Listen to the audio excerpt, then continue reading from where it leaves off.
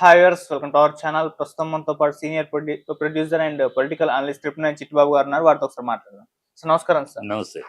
Sir, తెలంగాణలో నాయకులకు ఇరు పార్టీలకు అంటే కాంగ్రెస్ ప్రభుత్వానికి బీఆర్ఎస్ పార్టీకి మధ్య ఒక మాటల యుద్ధం అయితే నడుస్తుంది సార్. వీళ్ళ యుద్ధంలో అటు ఏపీ మాజీ ప్రస్తుత సీఎంలను ఇన్వాల్వ్ చేసి మరి మాట్లాడుతున్నారు. జగదీష్ రెడ్డి గారు మన ప్రెస్ మీట్ పెట్టి చంద్రబాబు నాయుడు గారు తన్ని ధర్మేస్తాం 9 సంవత్సరాలు ఆయన ఆంధ్రప్రదేశ్కి రానివ్వలేదు, తెలంగాణకు రానివ్వలేదని చెప్పేసి ఆయన కామెంట్ చేశారు. మళ్ళీ రేవంత్ రెడ్డి గారు కూడా మాట్లాడుతూ మా ఇద్దరి మధ్య పంచాయతీ చేసింది కేసీఆర్ గారే, చంద్రబాబు నాయుడు గారికి నాకు మధ్య ఆయనేమో జగన్మోహన్ రెడ్డి గారికి ఊడిగం చేస్తారంటూ ఈయన కామెంట్ చేస్తారు. ఈ విధంగా ఆ రాష్ట్ర ముఖ్యమంత్రుల్ని ఇందులో ఇన్వాల్వ్ చేసి ఒక మాటల యుద్ధం అయితే నడుస్తుంది సార్. ఇది పోలవరం ప్రాజెక్ట్ మన ఈ ప్రాజెక్ట్ కి సంబంధించి అయితే ఉంది. ఏం చెప్తారు సార్ మన పాలమూరు ప్రాజెక్ట్ కి సంబంధించి? సో ఏంటి సార్ ఈ ఇష్యూ ఏంటి, మరి మీరేం చెప్తారు ఈ వ్యాఖ్యల పైన? ఈ వ్యాఖ్యల పైన అక్కడ చంద్రబాబు గాని ఇక్కడ రేవంత్ రెడ్డి గాని ఇద్దరు గురు శిష్యులు తోడు దొంగలు. మొత్తానికి ఇద్దరు నేను శిష్యుని కాదు సమకాలికుడు అంటాడు కదా, అంటాడు. ఇద్దరు తోడు దొంగలు అనుకుందాం కొంతసేపు. గురు శిష్యులుగా తోడు దొంగలు ఇద్దరు అబద్ధాలతో అధికారంలోకి వచ్చారు. ఇద్దరు ఫాల్స్ ప్రామిస్ చేసి అధికారంలోకి వచ్చారు. ఇద్దరు నోటి డ్రామాలు, నోరు తెరిస్తే అబద్ధాలు, 100 మాటలు మాట్లాడితే 110 అబద్ధాలు. ఈ అబద్ధాలు, యూటర్న్లు, అభూత కల్పనలు, భ్రమలు కల్పించాలు, ప్రజల్ని మభ్యపెట్టడాలు, ఈ దౌర్భాగ్యపు మాటలతోటి, దౌర్భాగ్యపు చీటింగ్ తోటి ప్రజలకు ఎన్నికలు గెలిచారు. ఇవాళ గెలిచినాక ప్రజలు మమ్మల్ని వంచిస్తున్నారు, నమ్మక ద్రోహం చేశారు, వీళ్ళకి ఓట్లు వేసినందుకు మా చెంపలను చెప్పుతోటి మేము కొట్టుకోవాలని తల నెత్తి నోరు బాదుకుంటున్నారు. వీళ్ళ మీద శాపనార్థాలు పెడుతున్నారు. ఇప్పుడు వాటి నుంచి డైవర్ట్ చేయడానికి ప్రజల్ని పాలన లేదు. ఎంతసేపు కేసీఆర్ అంటాడు, ఇంకోటి అంటాడు. కానీ నువ్వు ఇచ్చిన ప్రామిసుల సంగతి ఏంటి రేవంత్ రెడ్డి?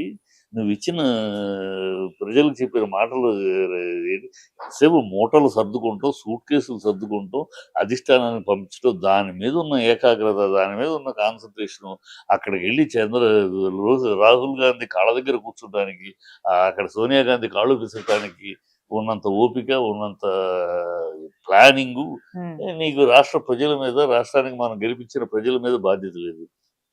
నీకు ఎంతసేపు నీ పదవి కాపాడుకోవాలంటే ఢిల్లీకి సూట్ కేసులు పంపిస్తూ ఉండాలి. దానికోసం ఒకసారి హైడ్రా అంటావు, ఒకసారి మూసీ అంటావు, ఇంకోసారి ఇంకోటి అంటావు.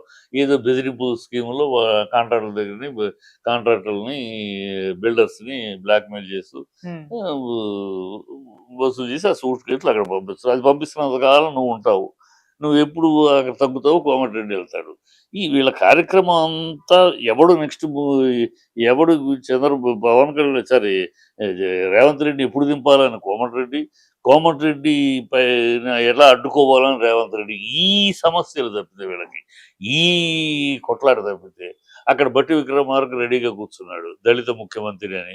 ఎప్పుడైనా వీళ్ళిద్దరిలో గొడవ వస్తే ఆ గొడవలోంచి తను కాంప్రమైజింగ్ క్యాండిడేట్గా తను దూరిపోవాలని. సో ఇలా ఎవడు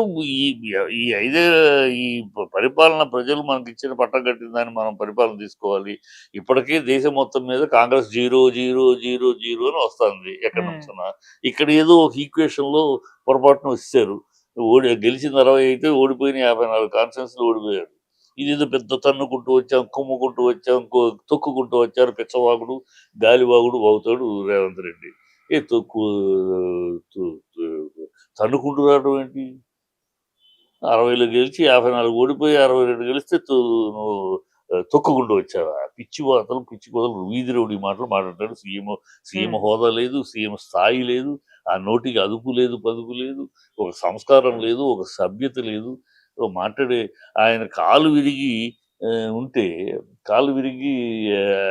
ఆయన ఉంటే నువ్వు 10 కిలోమీటర్లు నడవగలవా అని అంటాడేంటి? ఏమైనా బుద్ధి జ్ఞానం ఉన్నాడు మాట్లాడే మాటేనా? కాలు విరిగి ఉంటే అంటే ఆయన కాలు యాక్సిడెంట్ దాని మీద కూడా నువ్వు సెటైర్లు వేస్తావా? మనిషికి ఒక విచక్షణ, ఒక మాట్లాడేటప్పుడు ఒక సీఎంగా మాట్లాడుతున్నాం, ఒక విధానంతో మాట్లాడాలి. ఏమీ లేదు. పిచ్చి ఎన్నికలప్పుడు ఏదో వాగావు, ప్రజలు ఏదో సరే ఏదో మాట్లాడుతున్నారు. సీఎం అయినాక సీఎం హోదా కాపాడవు. ఎవరు సిగ్గుపోతుంది తెలంగాణకి.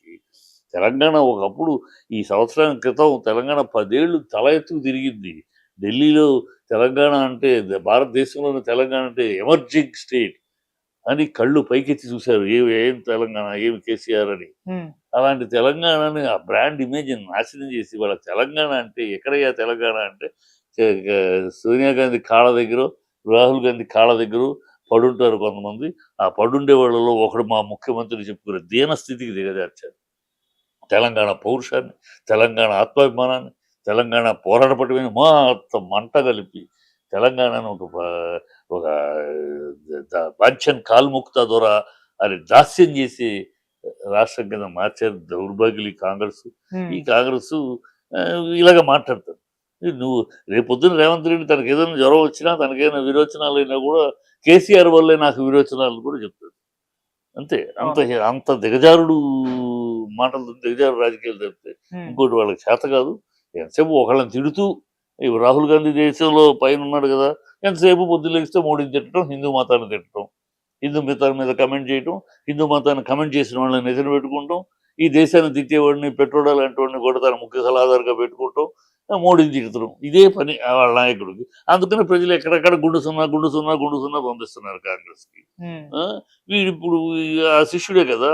ఇప్పుడు ఎంతసేపు ఇతనికి ప్రజల మన్ననలు పొందటం కన్నా, ప్రజల యొక్క అప్రిషియేషన్స్ పొందటం కన్నా, ప్రజల ఆశీస్సులు పొందటం కన్నా, రాహుల్ గాంధీ యొక్క మన్ననలు పొందటం, రాహుల్ గాంధీ యొక్క ఆశీస్సులు పొందటం, రాహుల్ గాంధీ కాళ్ళు పిసకటమే ప్రధాన లక్ష్యం, ప్రధాన ధ్యేయం. అలాగే ప్రభుత్వం నడుస్తుంది. ప్రజలన్నీ గమనిస్తున్నారు. ఓకే. ఇలా మాట్లాడుతూనే ఉంటాడు. ఈ ప్రజలు ఈ చిల్లర మాటలు కట్టేశారు. ఇతను చిల్లరవాడు, ఇతను ఆ పదవికే పనికిరాని ఉమ్, ఒక వేస్ట్ మెటీరియల్. ఆ పదవి ఏదో తంతి గారెల బుట్టలో పడ్డాడు తప్పితే ఇతనికి ఆ పదవి, ఆ హోదా, మర్యాద లేదు. ఆ సంస్కారం లేదు, ఆ సభ్యత లేదు, ఆ నీతి, రీతి, నిజాయితీ లేదు. ఎప్పుడేం మాట్లాడతాడు, ఏ నోరు ఎలాంటి మాటలు మాట్లాడదు. ఒకటా రెండా చెప్పాలంటే ఒక గ్రంథమే ఉంది. ఉమ్, ఎవడన్నా అసెంబ్లీలో పేగులు మెడలో వేసుకుంటానని మాట్లాడతాడా? ఎవడన్నా అసెంబ్లీలో ప్యాంట్లు ఉడదీస్తానని మాట్లాడతాడా? ఎవడన్నా పిల్లల ఫంక్షన్‌కెళ్ళి బూతులు మాట్లాడతాడా? ఎవడన్నా విదేశాలకెళ్ళి అక్కడిది తెలుగోళ్ళ గురించి తెలంగాణ పరువు తీసేటట్టు 20, 100 అడుగులు గొయ్యి తీసి మాట్లాడతాడా? ఎవడన్నా అసలు ఏమైనా ఇంగిత జ్ఞానం ఉన్న ఎవడు కూడా అలా మాట్లాడు. ఈయన మరి పొరపాటున మన కర్మనాలో, దురదృష్టమనాలో తెలంగాణకి ఇలాంటి ఒక కుసంస్కారి ఆహ్, ముఖ్యమంత్రి అయ్యాడు.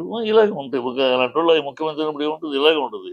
ఇప్పుడు ఆహ్, కుక్క మొరుగును, ఉమ్, నక్క ఓళ పెట్టును, ఉమ్, పాము బుసగొట్టును, ఉమ్, పిల్లి మ్యావనును. ఈ వాటి సహజ లక్షణాలు. ఓకే. అలాగే కాంగ్రెస్ మోసం చెయ్యను, అవినీతి చెయ్యను, అబద్ధాలాడును, క్షుద్ర రాజకీయాలు చేయను, అసభ్య ప్రవర్తన చేయను. ఇటువంటి